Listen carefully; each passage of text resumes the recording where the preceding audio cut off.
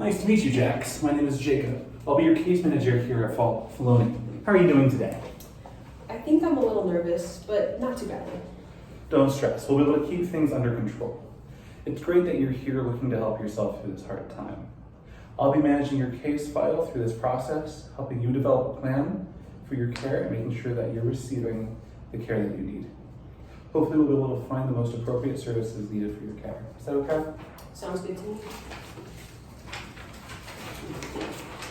Starting off, I'll need basic understanding of what your end goal is and what you hope to achieve through our care here.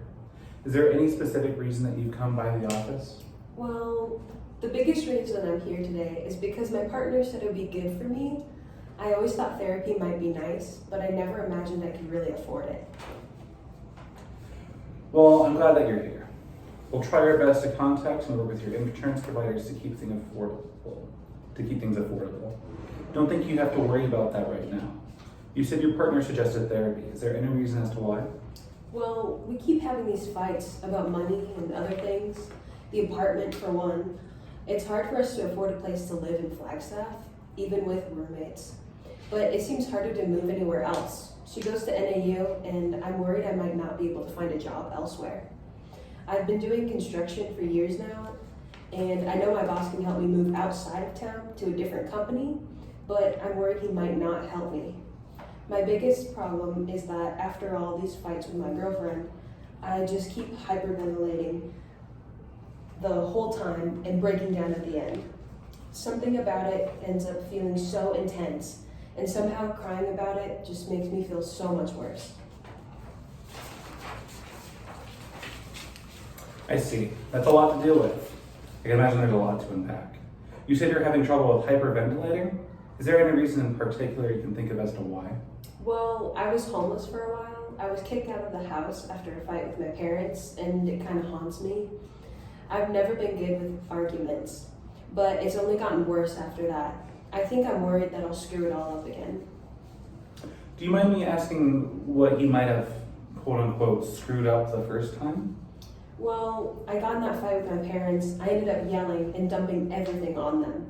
I was just so stressed out living with them that everything started coming out. They didn't like that. I stomped out of the house, some blows were traded, my dad threw some stuff out at me. I haven't been back since.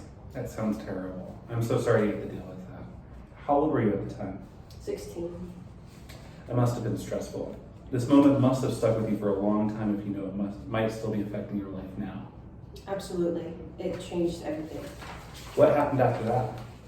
I remember the first night. I was convinced I didn't want to go back. I hid outside the apartments next door.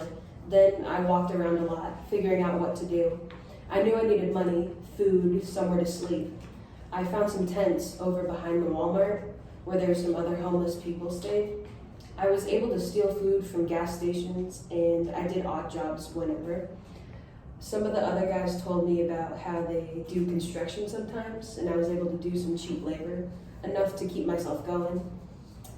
I saved up enough to buy an old used car for my friend's parents, and I worked around different jobs long enough to actually get hired.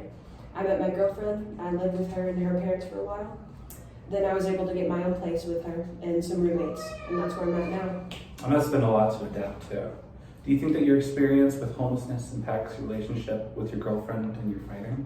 In every way. I feel like I can never make enough money, never catch up in life. I have a lot of debt right now. I can't afford to move. I don't have the time to work on college. I feel like I'm not enough for my girlfriend, and I don't know why she stays with me. It doesn't help that I'm forced to share my small apartment with my roomies on top of that. It feels humiliating. It really does sound like a lot to deal with, and it must be overwhelming. Do you think that your stress is building up? It must be. I'm not sure. It's hard for me to deal with, and I feel like I depend on my partner for a lot of it. I want to be more independent. If life slowed down ever, I might be able to catch up and find my cool. It'd be hard to do that. And I understand your want to be more self-sufficient. It's a hard position to be in. However, don't feel ashamed for being vulnerable with your partner. I'm sure that she understands and cares just as much as you do. I suppose. It's also important to take care of yourself. If you keep getting more and more stressed out, you might start to experience health problems and continual mental degradation. It's important to give yourself a time to breathe, to enjoy activities in your life, to allow yourself to catch up a bit. It might feel like you have to constantly go, go, go, but there are small moments where you can give yourself a rest. While driving to work, maybe you can listen to music. While working construction, make sure to stretch before any intensive labor and not to push yourself too far. You coming here for therapy is already a great first step. That sounds good, but I don't know if I could do stretches while doing construction. It sounds kind of stupid. Is it stupid to make sure you don't pull out a leg muscle, meaning you can't work for the rest of the day? That's true. But it might look stupid. To who? Your coworkers? Yourself? They might be understanding. It's hard work, and you don't have to do any extreme stretches either. You can just start off small. You're right. Going back to an earlier question, you mentioned that your biggest problems were that you were hyperventilating after fights and experiencing breakdowns. But you discussed how you feel as if your stress is constantly bothering you. Do you think your goal is to deal with both of these big situations? Yes. I want to feel normal, calm. I want it to be easier to deal with life without having to stress out about work, living, and whatever I've got going on in my head. It can be a lot to deal with those kind of things. All right, it looks like we've reached the end of our brief meeting. Is there anything else you would like to talk about? Not that I can think of. Awesome. If anything comes to mind, don't be afraid to let me know. For wrapping this up, it sounds like you might need some help with unpacking some of the more traumatic experiences that you've gone through, as well as a way to better help you process your own stress. Along with that, I have some resources here for debt relief, some self-care pamphlets, and easy education opportunities that you might want to take advantage of. I'll work some more on your case, try and find some resources useful for you and covered by your insurance, and see what I can do to help you further. It was nice to meet you, Jax, and I'll be contacting you further in the next couple days. Thanks. I'll have to look through this sometime. No problem. Oh God, it's only 7 minutes.